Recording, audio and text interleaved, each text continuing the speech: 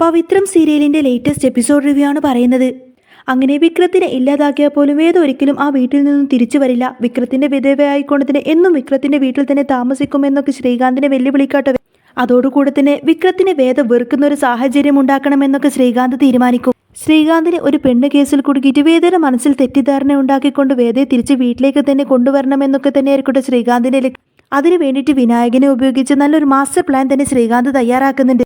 വിക്രം ഇങ്ങനെ വർക്ക്ഷോപ്പിലിരിക്കുന്ന സമയത്തിന് ശ്രീനിവാസൻ സാർ വിളിച്ചിട്ട് വിക്രത്തിനോട് പറയുന്നുണ്ട്, എടോ ഞാൻ പറഞ്ഞില്ലേ ഒരു അമ്മയും മകളെയും കുറിച്ച്, നിന്റെ വീടിന്റെ തൊട്ടടുത്തുള്ള കെട്ടിടത്തിലാണ് അവർ താമസിക്കാൻ വരുന്നത്. അവർക്ക് വേണ്ടിയിട്ടുള്ള കുറച്ച് പലചരക്കു സാധനങ്ങളൊക്കെ ഉണ്ട്. ഇതൊക്കെ ഒന്ന് അവിടെ കൊണ്ടുപോയി വെക്കണം. തനിക്ക് വിരോധമില്ലെങ്കിൽ ഒന്ന് ഹെൽപ്പ് ചെയ്യാൻ വേണ്ടിയിട്ട് വരാൻ പറ്റുമോ എന്ന് ചോദിക്കും.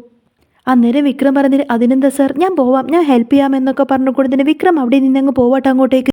ഇതേ സമയത്ത് തന്നെ വിക്രം ഉമ്മറത്ത് തന്നെ ഫോണും കളിച്ചുകൊണ്ടിരിക്കുകയായിരിക്കും. ആ സമയത്തായിരിക്കട്ടെ ഒരു വണ്ടിയിൽ കുറേ അധികം ഫർണിച്ചേഴ്സും അതുപോലെ തന്നെ ഒരു അമ്മയും മകളുമായിട്ട് ആ ഒരു പഴയ ബിൽഡിങ് തൊട്ടടുത്തുള്ള ആ ഒരു ബിൽഡിങ്ങിൻ്റെ അവിടേക്ക് വന്നിറങ്ങുന്നത്.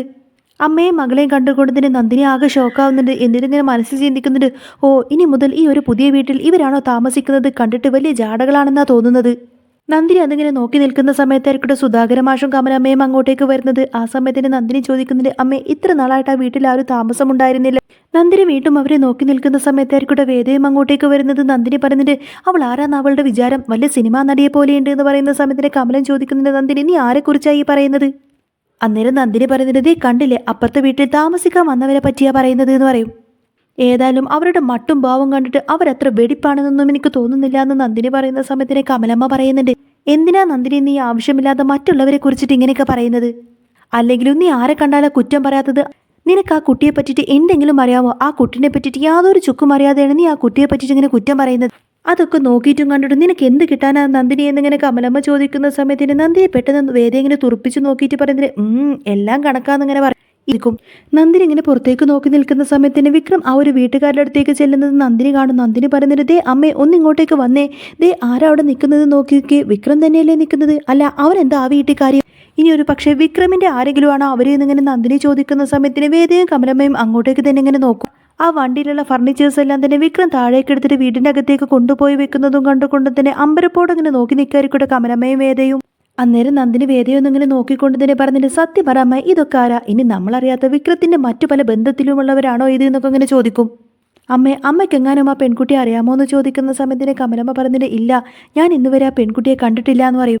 നന്ദിനി പറയുന്നത്, ദേ അമ്മേ ആ കുട്ടിയെ അമ്മയ്ക്ക് എന്തെങ്കിലും പരിചയമുണ്ടോ എന്ന് ചോദിക്കുന്ന സമയത്തിന് കമലമ്മ പറഞ്ഞിട്ട്, ഇല്ല ഞാൻ ആ കുട്ടിയെ ആദ്യമായിട്ടാണ് കാണുന്നത് എന്ന് പറയുന്ന സമയത്തിന് വേദയുടെ മനസ്സിൽ ചില സംശയങ്ങളൊക്കെ തോന്നിപ്പോവും. ഒരു പക്ഷേ വിക്രമുമായിട്ട് ആ കുട്ടിക്ക് എന്തെങ്കിലും ബന്ധമുണ്ടോ എന്ന രീതിയിലായിരിക്കട്ടെ വേദ ചിന്തിക്കുന്നത്. എന്നാൽ വേദയുടെ മനസ്സിലൊരു കരട് കുടുങ്ങിയല്ലോ എന്നൊക്കെ ചിന്തിച്ചുകൊണ്ട് തന്നെ നന്ദിനി ഭയങ്കര സന്തോഷത്തിലിങ്ങനെ ചിരിക്കാതിരിക്കും. നന്ദിനിയുടെ ലക്ഷ്യം അത് തന്നെയാണ്.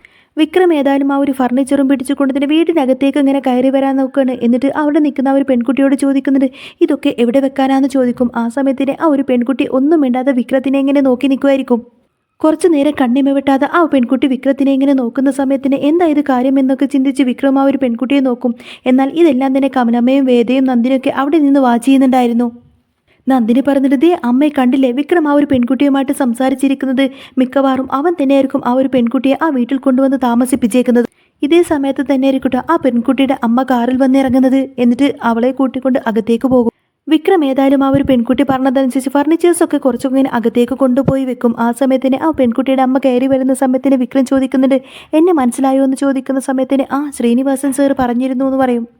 ഞങ്ങൾക്കിവിടെ മറ്റാരെയും പരിചയമില്ല, ഇതിപ്പോൾ നിങ്ങൾക്കൊരു ബുദ്ധിമുട്ടായില്ലേ എന്ന് ചോദിക്കാട്ടോ. അന്നേരം വിക്രം ചിരിച്ചുകൊണ്ട് പറഞ്ഞിട്ട്, ഇതൊന്നും ഒരിക്കലും എനിക്കൊരു ബുദ്ധിമുട്ടല്ല എന്ന് പറയും. ആ സമയത്തിന് ആ അമ്മ പറയുന്നുണ്ട്, എനിക്ക് ദൈവങ്ങളിലൊക്കെ നല്ല വിശ്വാസമാണ്, അതുപോലെ തന്നെ ജ്യോത്സ്യത്തിലും നല്ല വിശ്വാസമാണ്. നമ്മുടെ നാളും ഗൃഹനിലയൊക്കെ നോക്കിയിട്ട് പറയുന്നതൊന്നും ഒരിക്കലും തെറ്റാറില്ല. ഇവരുടെ വാക്ക് കേൾക്കുന്ന സമയത്തിന് വിക്രം ഒന്നും മിണ്ടാതെ നിൽക്കുന്ന സമയത്തിന് അവർ പറഞ്ഞു കൊടുക്കുന്നുണ്ട്, ജീവിതത്തിൽ എന്തൊക്കെ തന്നെ പ്രതിസന്ധി വന്നാൽ പോലും ഭഗവാനെ മുറുകെ പിടിക്കണം. വിക്രം ഒന്നും മിണ്ടാതെ നിൽക്കുന്ന സമയത്തിന് ഇവർ വീണ്ടും സംസാരിച്ചു കൊണ്ടിരിക്കുകയാണ്. ചില സമയത്ത് നമുക്ക് നെഗറ്റീവ് കാര്യങ്ങൾ മാത്രം ബാധിച്ചു പോവാണെന്ന് എപ്പോഴെങ്കിലും തോന്നിയിട്ടുണ്ടോ എന്ന് ചോദിക്കും. അന്നേരം വിക്രം ഒരു നിമിഷത്തേക്ക് അതിനെ പറ്റിയിട്ട് ചിന്തിക്കുകയാണ്. എന്നിട്ട് പറയുന്നുണ്ട്, ആ തോന്നിയിട്ടുണ്ട് എന്ന് പറയുന്ന സമയത്തന്നെ ആ സമയത്തിന് ആ പെൺകുട്ടിയുടെ അമ്മ അങ്ങനെ വിക്രമിന് പറഞ്ഞു കൊടുക്കുന്നുണ്ട്, അങ്ങനെയാണെങ്കിൽ വിക്രം ഉടനെ തന്നെ കാണേണ്ടത് നെയ്യാറ്റിൻകര നാരായണസ്വാമിയെ തന്നെയാണെന്ന് പറയും. അന്നേരം വിക്രം കുറച്ചു നേരം ഒന്നും മിണ്ടുന്നില്ല കേട്ടോ. വീണ്ടും ആ ഒരു സ്വാമിയെ കാണാൻ വേണ്ടിയിട്ട് അമ്മ പറയുന്ന സമയത്തിന് വിക്രം പറയുന്നുണ്ട്, എനിക്കൊന്നും ഇതിൽ അത്ര വലിയ വിശ്വാസമൊന്നുമില്ല, നമ്മളൊന്നും ഇത് നോക്കിയിട്ടും വലിയ കാര്യമൊന്നുമില്ല, വരുന്നതെല്ലാം വരുന്നിടത്ത് വെച്ച് കാണാമെന്ന് പറയട്ടോ വിക്രം. അന്നേരം ആ അമ്മ പറഞ്ഞു കൊടുക്കുന്നുണ്ട്, അങ്ങനെയൊന്നും ചിന്തിക്കരുത് വിക്രം, നമ്മുടെ ജീവിതത്തിൽ നിന്നും ഒഴിഞ്ഞു പോവേണ്ടവർ ഒഴിഞ്ഞു പോവുക തന്നെ വേണം. അല്ലെങ്കിൽ പിന്നെ അത് നമ്മുടെ ജീവിതത്തിന് വലിയ വില കൊടുക്കേണ്ടി വരും. എന്നിട്ട് നമ്മുടെ ജീവിതത്തിലുടനീളം ഒഴിയാ ബാധയായിട്ട് കൂടുമെന്നൊക്കെ പറയും. അത് പിന്നെ ഒഴിയാ ബാധയായിട്ട് നമ്മുടെ ജീവിതത്തിലുടനീളം കൂടെ കൂടിക്കഴിഞ്ഞാൽ പിന്നെ എന്നും അസ്വസ്ഥതയായിരിക്കും. അതുകൊണ്ട് പരിഹാരം കണ്ടുപിടിച്ച് ഉടനെ തന്നെ അങ്ങനെയുള്ളതിനെ നമ്മുടെ ജീവിതത്തിൽ നിന്ന് ഒഴിവാക്കാണ് വേണ്ടതെന്നൊക്കെ പറഞ്ഞു കൊടുക്കാട്ടോ. എന്നാൽ ഇവരുടെ വാക്കെല്ലാം കേൾക്കുന്ന സമയത്തിൻ്റെ വിക്രത്തിൻ്റെ മനസ്സാകെ അസ്വസ്ഥമായിരിക്കും. വിക്രം പറയുന്നത്, ഏതായാലും ഞാനിപ്പോൾ പോവാണ്, ഇനി നിങ്ങൾക്ക് എന്തെങ്കിലും ആവശ്യമുണ്ടെങ്കിൽ എന്നെ വിളിച്ചാൽ മതി എന്നൊക്കെ പറഞ്ഞുകൊണ്ടായിരിക്കട്ടെ വിക്രം പോകുന്നത്.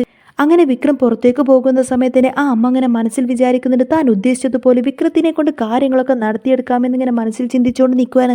പുറത്തേക്ക് വന്നതിന് ശേഷം വിക്രം ആ ഒരു പെൺകുട്ടിയെ കാണും. ആ പെൺകുട്ടി ഫോണിൽ നോക്കിയിട്ട് എന്തൊക്കെയോ അങ്ങനെ നോക്കിക്കൊണ്ട് നിൽക്കുമായിരിക്കും. വിക്രത്തിന് ആ ഒരു പെൺകുട്ടിയോട് എന്തൊക്കെയോ ചോദിക്കണമെന്നുണ്ടെങ്കിൽ പോലും ആ ഒരു പെൺകുട്ടിയുടെ ജാട കണ്ടിട്ട് വിക്രം ഒന്നും തന്നെ ചോദിക്കുന്നില്ല. വിക്രം ഒന്നും മിണ്ടാതെ ബൈക്ക് എടുത്തിട്ട് അവിടെ നിന്ന് അങ്ങ് പോവാണ്. വിക്രം പോകുന്നത് കണ്ണുമ വെട്ടാതെ അങ്ങനെ നോക്കിക്കൊണ്ട് നിൽക്കുമായിരിക്കട്ടോ ആ ഒരു പെൺകുട്ടി. എന്നാൽ ഈ ഒരു കാഴ്ചയെല്ലാം കണ്ടുകൊണ്ട് നിൽക്കുമായിരിക്കും കമലമ്മയും വേദയും നന്ദിനിയൊക്കെ.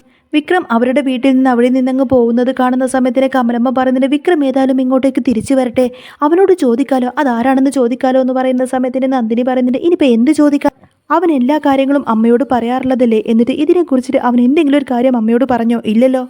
ഇത് കേട്ടിട്ട് വേദക്ക് സഹിക്കുന്നില്ല കേട്ടോ. വേദ പറഞ്ഞിട്ട്, ഏട്ടത്തി ഇങ്ങനെ എഴുതാപ്പുറം വായിക്കണ്ട, വിക്രം ഏതായാലും ഇങ്ങോട്ടേക്ക് വരുമല്ലോ, അപ്പം നമുക്ക് ചോദിച്ചറിയാമെന്ന് പറയും. ഏട്ടത്തി ഏതായാലും ഇനി ഓരോ തെറ്റിദ്ധാരണയുടെ പുറത്ത് ഇതിനെക്കുറിച്ചിട്ട് ഇങ്ങനെ സംസാരിക്കേണ്ട, അമ്മ ഇങ്ങോട്ടേക്ക് വന്നേന്നൊക്കെ പറഞ്ഞ് വേദ ഏതായാലും കമലത്തിനെ കൂട്ടിയിട്ട് അകത്തേക്ക് പോവാൻ. പിന്നീട് കാണിക്കുന്നത് വിക്രം ബൈക്കിൽ കയറി വർക്ക്ഷോപ്പിലേക്ക് പോയിക്കൊണ്ടിരിക്കുന്ന സമയത്തിൻ്റെ ഫ്രണ്ടിനെ കാണും. അപ്പോൾ ചോദിക്കുന്നുണ്ട്, എന്താണ് വിക്രം നിന്റെ മുഖത്തൊരു വാട്ടം, കല്യാണം കഴിഞ്ഞതിന് ശേഷം വേദ നിന്നെ നന്നായിട്ടിട്ട് അങ്ങ് പെരുമാറാൻ തുടങ്ങിയോ എന്ന് ചോദിക്കും. അന്നേരം വിക്രം പറയുന്നത്, ഇപ്പം ഏതായാലും അവൾക്ക് നേരത്തേക്കാൾ കൂടുതൽ സ്വാതന്ത്ര്യം കിട്ടിയല്ലോ, ഭർത്താവാണെന്നുള്ള അധികാരം അവളുടെ കയ്യിൽ കിട്ടിയത് കൊണ്ട് തന്നെ എനിക്ക് പിന്നെ എന്തെങ്കിലും ചെയ്യാൻ പറ്റുമോ എന്നൊക്കെ ചോദിക്കുകയാണ് വിക്രം. അന്നേരം കൂട്ടുകാരൻ ചോദിക്കുന്നുണ്ട്, വിക്രം വേദ നിന്റെ ഭാര്യയാണെന്നെങ്കിലും പറയാം, പക്ഷേ രാധയാണെങ്കിൽ ഇപ്പോഴും നിന്നെ വിടാതങ്ങ് പിന്തുടർന്ന് നിൽക്കുമല്ലേ, അവളെ ഇനി നീ എന്ത് ചെയ്യാനാന്ന് ചോദിക്കുന്ന സമയത്തിന് വിക്രം ഒന്നും മിണ്ടുന്നില്ല. ആ സമയത്തായിരിക്കും ഓട്ടോയിൽ ഇങ്ങനെ രാധ അവിടെ വന്ന് ഇറങ്ങുന്നത്. രാധയെ കാണുന്ന സമയത്തിന് കൂട്ടുകാരൻ പറഞ്ഞിട്ട്, ദേ കണ്ടില്ലേ വിക്രം, ഈ രണ്ട് പെണ്ണുങ്ങളെ കൊണ്ട് നീ അങ്ങ് കുടുങ്ങുമെന്ന് പറയും. ആ സമയത്തായിരിക്കും രാധ നേരെ വിക്രത്തിൻ്റെ അടുത്തേക്ക് വരുന്നത്. രാധ ഭയങ്കര ദേഷ്യത്തിൽ വിക്രത്തിൻ്റെ അടുത്തേക്ക് വരുന്ന സമയത്തിന് വിക്രം എന്താന്ന് ചോദിക്കട്ടോ. ആ സമയത്തിന് രാധ പറഞ്ഞിട്ട്, എടോ നീ നിന്റെ കല്യാണം കഴിഞ്ഞിട്ട് ഇവിടെ വന്നിരിക്കണോ, നിന്റെ ഭാര്യ നിന്നെ അന്വേഷിക്കില്ലേ എന്ന് ചോദിക്കും. അന്നേരം വിക്രം പറഞ്ഞിട്ട്, ദേ രാധ, അല്ലെങ്കിൽ തന്നെ എനിക്ക് ദേഷ്യം വന്ന് നിൽക്കുവാണ്, നീ ഒന്ന് പോയെന്ന് പറയുന്ന സമയത്തിന് രാധ പറഞ്ഞിട്ട്, ഞാൻ എവിടെ പോവാനാ വിക്രം, എനിക്ക് നിന്നോടൊരു കാര്യം പറയണം. നീ ഇനി ആരെ താലി കെട്ടിയാലും കെട്ടില്ലെങ്കിലും ഞാൻ ഒരിക്കലും ഈ ജന്മം നിന്നെ വിട്ടു പോവില്ല. ഈ ജന്മം നിന്നെ മറക്കാനൊന്നും എന്നെ കൊണ്ട് കഴിയില്ല. എൻ്റെ ജീവിതത്തിൽ ഒരു പുരുഷനുണ്ടെങ്കിൽ അത് വിക്രം മാത്രമായിരിക്കും. പിന്നെ നീ ഒരിക്കലും അവളുടെ കഴുത്തിൽ താലി കെട്ടിയിട്ടില്ല എന്നൊക്കെ എനിക്കറിയാം. നിനക്ക് അവളോട് താല്പര്യമില്ലാത്തത് കൊണ്ട് തന്നെയല്ലേ നീ അവളുടെ കഴുത്തിൽ താലി കെട്ടാത്തത്. അതുകൊണ്ട് തന്നെ നീ ഇപ്പം എൻ്റെ പഴയ വിക്രം തന്നെയാണ്. നിന്നെ മറക്കാനൊന്നും ഒരിക്കലും എനിക്ക് കഴിയും. ഇനി ഈ രാധ ജീവനോടെ ഉണ്ടെങ്കിൽ അതെൻ്റെ വിക്രത്തിനെ സ്വന്തമാക്കാൻ വേണ്ടി തന്നെയായിരിക്കും എന്നൊക്കെ പറഞ്ഞുകൊണ്ട് തന്നെ വിക്രത്തിനെ വെല്ലുവിളിച്ചുകൊണ്ടായിരിക്കട്ടെ രാധ അവിടെ നിന്നങ്ങ് പോകുന്നത്. രാധയുടെ വാക്കെല്ലാം കേൾക്കുന്ന സമയത്തിന് വിക്രത്തിന് അങ്ങ് ദേഷ്യം